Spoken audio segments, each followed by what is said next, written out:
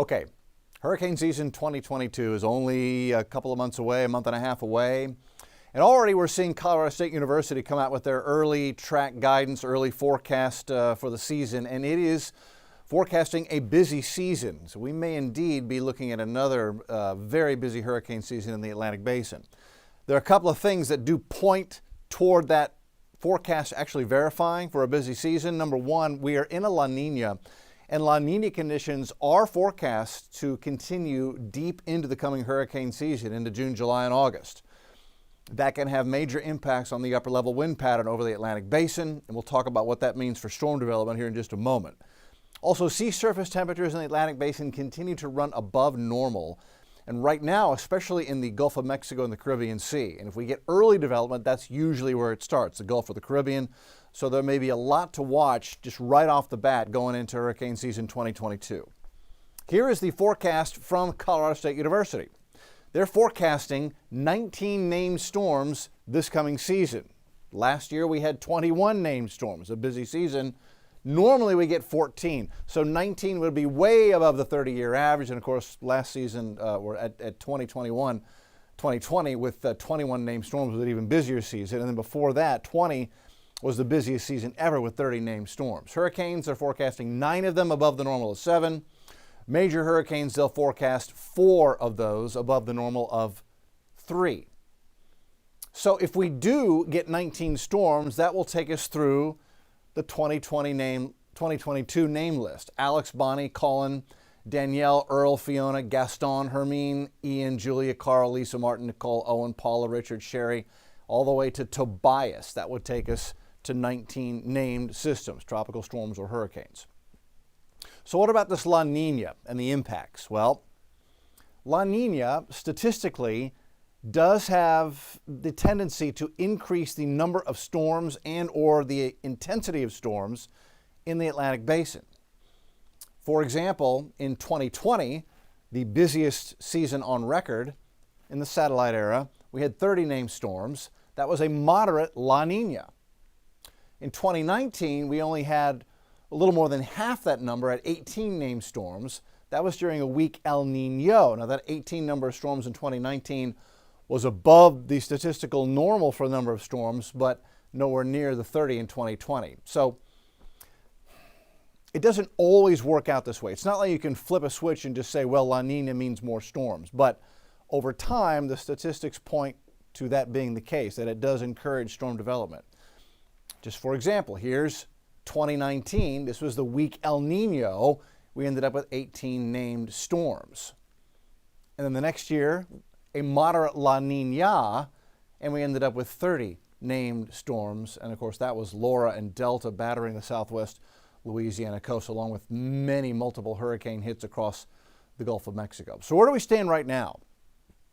So this is sea surface temperature anomaly. We are above normal across most of the Gulf of Mexico, above normal across the western Caribbean Sea. This is the early season development zone, most likely to see development here if we're going to get development early in a season. It's later in the season that we see development out over the open Atlantic, and at the moment it's a little bit above normal out here. You can see the central and north Atlantic is running well above normal.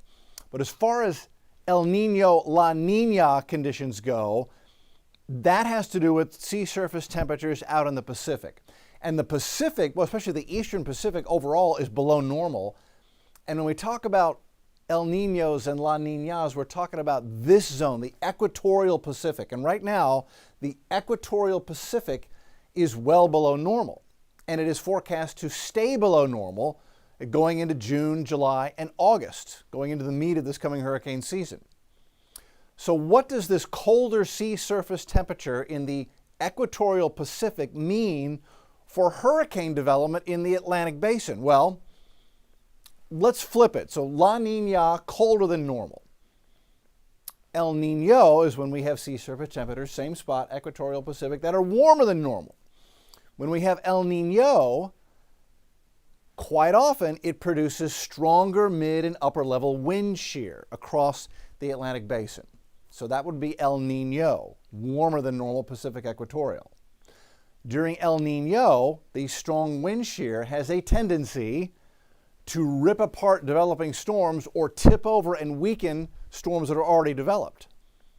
That strong wind shear can disrupt hurricane production. That's why it's possible during El Nino years that we get fewer storms, or they're weaker because of that wind shear. But that's not the case right now. The case is the opposite. The case is La Nina. That has a tendency to lighten the upper level winds across the Atlantic basin, and that statistically suggests that we will see more vertically stacked, healthy hurricanes without all the wind shear. That can do a couple of things: increase the number of storms that form, and the ones that do form can become stronger. It's not set in stone. You can't just say, well, La Nina, we're going to have all these hurricanes out there, but it is something to keep in mind that could lead to that busy hurricane season that Colorado State's forecasting. And then there's this. This is another impact of La Nina. Statistically, when we have a La Nina, we get drought or drier than normal conditions across the desert Southwest, the Mountain West into the Central Plains states, and then we'll see much more rain across the eastern half of the United States, and maybe Florida gets some drier conditions as well. That's typical, statistical La Nina. This is what you get in the United States as far as drought conditions. So what is the actual situation? It's actually a mirror image of this. So this is already happening. This La Nina has the desert Southwest, the Mountain West, West Texas, the western half of the U.S.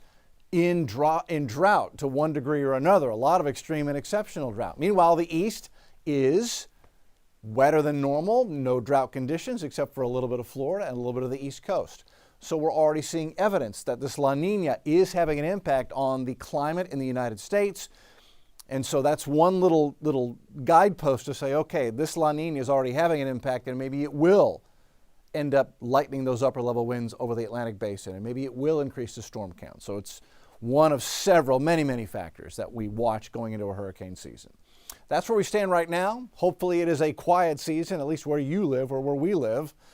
I love your questions. Hit me up on Twitter, Insta, Facebook, and we'll continue to give these updates as we get closer to hurricane season 2022.